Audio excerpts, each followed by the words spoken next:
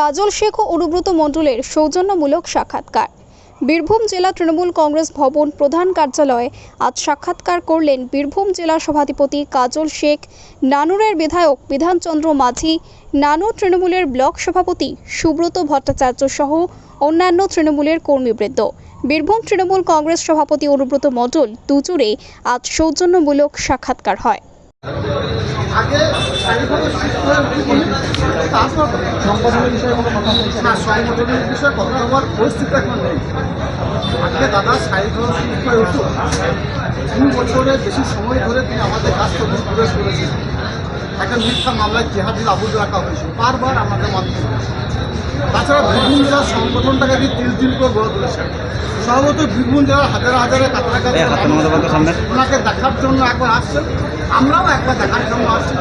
আমি একজন নিজেকে কর্মী বা সজীব বলে দেখা হলো, এরপর আগে সুস্থ হোক, তারপর কাজলদা 2 বছর আগের অনুব্রত মণ্ডল মানে কেষ্টদাকে আর আজকে কেষ্টদাকে দেখে কি কোনো পার্থক্য কিছু আছে? বাবা মায়ের কাছে কোনো ছেলেই বয়স্ক হয় না, ছোটবেলা থেকে বড় পর্যন্ত তার ছেলেই রয়েছে। সভাপতি আমাদের অভিভাবক যে জায়গায় ছিলেন সেই জায়গাতেই আছেন, কোনো চেঞ্জ হয়েছে বলে আমার মনে হয়। আগামী দিনে কি অনুব্রত মণ্ডল এই আসার পর, জেলায় আসার পর আগামী দিনে কি তৃণমূলের ভিত আরো শক্ত হলো? যখন জেলায় ছিলেন না তখন কি তৃণমূলের ভিত দুর্বল ছিল বলে মনে হচ্ছে আপনার? না, আমি বলছি আরো শক্ত হলো। 24 নির্বাচনে ভিত কি দুর্বল ছিল? ছিল না। টিম অনুব্রত কাজ করেছে, একদম সেই টিম অনুব্রত আগামী দিনে কাজ করবে। দাদা, অনেকেই বলে যে আপনার সঙ্গে অনুব্রত মণ্ডল একটা দূরত্ব ছিল। অনুব্রত মণ্ডল অর্থাৎ কেষ্টদা অর্থাৎ আমার অভিভাবক যখন বীরভূম জেলায় ছিল না, তাকে মিথ্যা মামলায় তেহার যে রাখা হয়েছিল, ওনার বাড়ির সামনে যে কার্তিক যে কালী পুজোটা হয়, যেটা কেষ্টকালী নামে পরিচিত, ওটা আমিই করেছিলাম ওর পরিবারের সঙ্গে। তাছাড়া হাটসান্দি গ্রামে কেষ্টকার যে দুর্গা পুজো অনুষ্ঠান হয়, সে পুজোতে আমিই গিয়েছিলাম। ওই পরিবারটার সঙ্গে আমার একটা নিত্যনৈমিত্তিক যোগ সব সময় আছে। উনি আমার অভিভাবক, আমি নিজেকে ওই পরিবারের সদস্য বলে মনে করি। বাকি কে কী বললো কে কী বললো না সে নিয়ে আমাকে যা আসে না।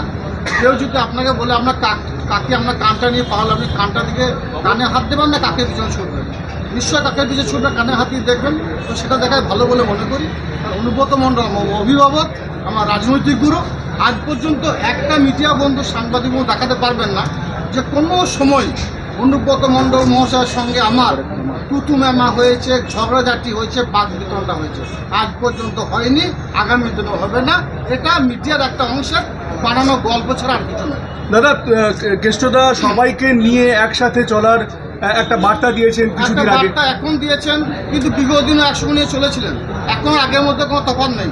বিগত দিনও সবাইকে নিয়ে চলেছিলেন, আগামী দিনেও সবাইকে নিয়ে চলবেন। এ বিষয়ে দ্বিমতে কোনো অবকাশ আছে বলে আমার মনে হয় না। দাদা, এবারে কোর কমিটির বৈঠক হবে না জেলা কমিটির বৈঠক? বৈঠক সব রকমই বৈঠক হবে। রাজ্য নেতৃত্ব যে নির্দেশ দেবে সেই নির্দেশটাকে পালন করাই হচ্ছে আমাদের কাজ। কোর কমিটির বৈঠক হলে কোর কমিটির বৈঠক হবে, জেলা কমিটির বৈঠক জেলা কমিটির বৈঠক, সবই চলবে, সবই হবে। মোট কথা হচ্ছে মমতা বন্দ্যোপাধ্যায়, অভিষেক বন্দ্যোপাধ্যায় যে উন্নয়ন করেছে, যে জনমুখী প্রকল্পগুলো চালু করেছে 2011 থেকে 2024 মাত্র কয়েক বছরের ব্যবধানে, সেইগুলোকে সঠিকভাবে মানুষের বাড়িতে বাড়িতে পৌঁছে দেওয়াটা হচ্ছে আমাদের কাজ। সেটাই আমরা পালন করব। তাতে সে কোর কমিটির মাধ্যমে হোক, জেলা কমিটির মাধ্যমে হোক, বুথ কমিটির মাধ্যমে হোক। কোর কমিটির বৈঠক হলে কি অনুব্রত মণ্ডল থাকবেন সেই বৈঠকে? না থাকার তো কোনো প্রশ্ন ওঠে না, কারণ আবার বলছি উনি বীরভূম জেলার সভাপতি আসনে বিগত দিনও ছিলেন, এখনও আছেন, আগামী দিনেও থাকবেন।